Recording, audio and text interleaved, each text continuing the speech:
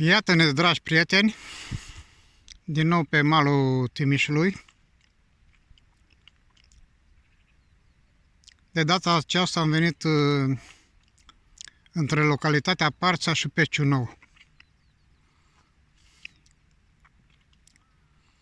Aici sunt făcute niște lucrări hidrologice. Au fost două curbe, două bucle. Deci prima e acolo.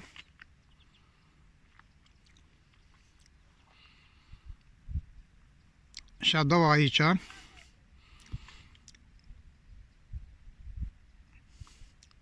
Au fost tăiate aceste două curbe.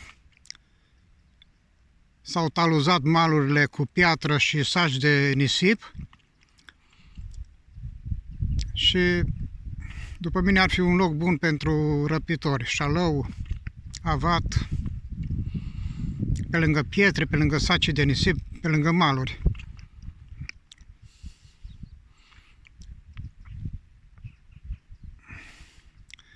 Nu știu cât de braconate sunt la ora actuală locurile acestea. E soare frumos. Astăzi se anunță 13 grade. Încercăm norocul să vedem, poate iese ceva la poză. O să dăm la spinning, la gume. Sunt eu cu Steluța. Ne revedem.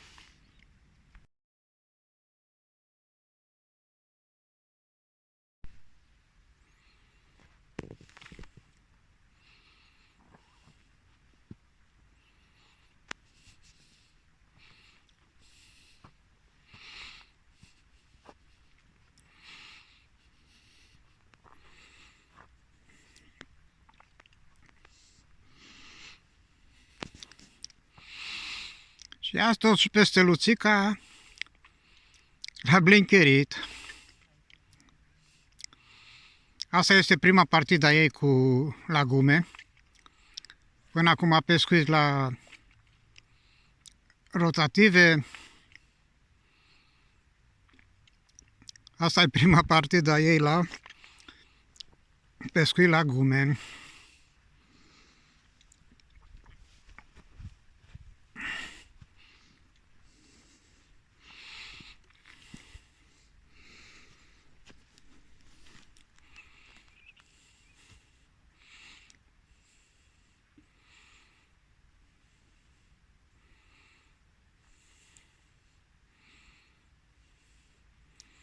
Cum ți se pare? Îți place?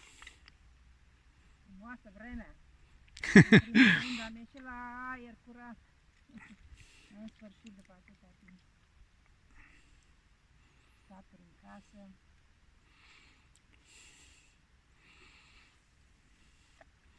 Ție-ți place?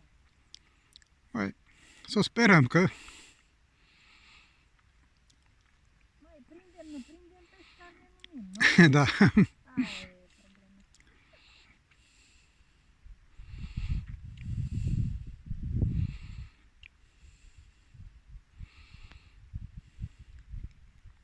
Relaxare mare. Pescuim cu niște grupuri de la Relax. Cred că trebuie să schimb culoare. Nu vrea să prindem. Mai dai puțin, după aia o schimbi.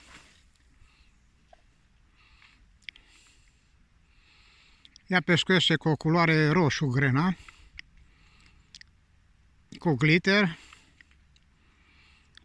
cu un grup.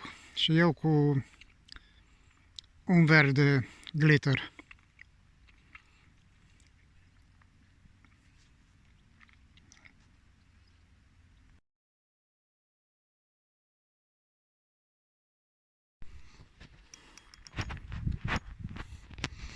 Tocmai vorbeam de braconaj și uite că am găsit un pripon în malul celălalt.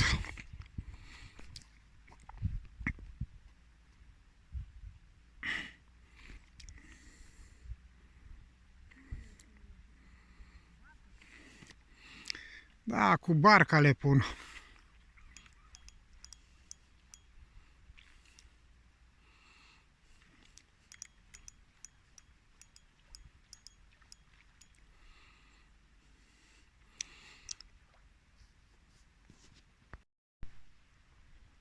Ei, dragă soțule, te rog să-mi spui acum ce ai prins până la ora asta. Nu râde. Timpul e frumos. Da, e adevărat.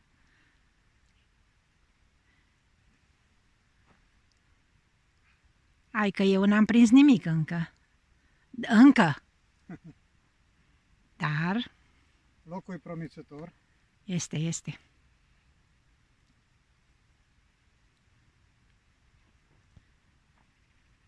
Și o vreme, Doamne, de primăvară. Bine că a venit și soarele odată. Ia. N-ai, singur. Nu-i însoțit. Las, că o să vină. Speranța... Sper să nu mai dau acolo în priponul ăla. Da, și eu sper. Am agățat... Ai agățat, l-ai agățat. Mi-a fost teamă că nu o să-l scoți, dar uite că ai reușit, bravo.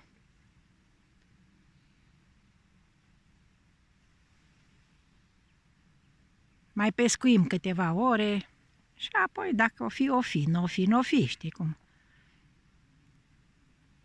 Pescarul îi stă bine cu apa. Și apoi cu drumul. Acasă. Păi nu? Da. Na bine. Na, ție fi întins și mie și mai întins. Na.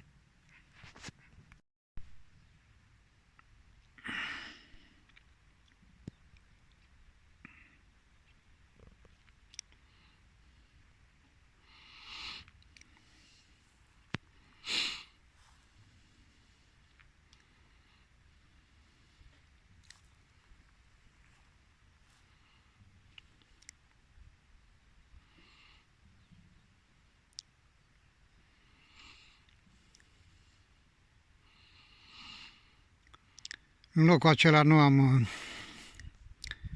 am luat nimica.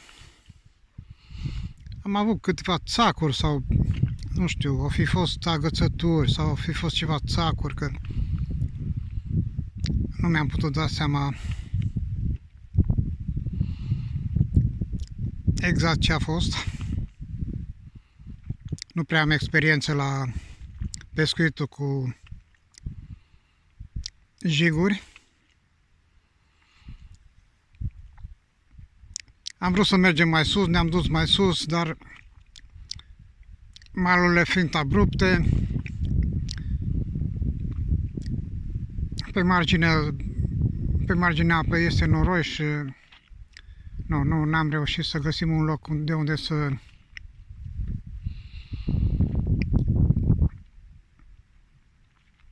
sunt malurile prea abrupte și nu putem intra la apă de pe mal. Aici ar fi fost bine cu barca, dar am ieșit și am făcut o plimbare.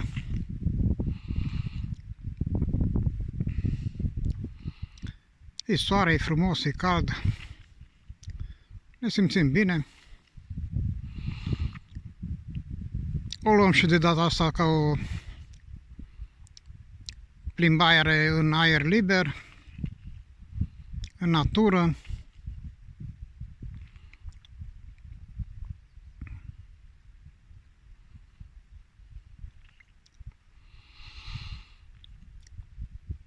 De mâine am înțeles că se răcește, vin ploile, să vedem.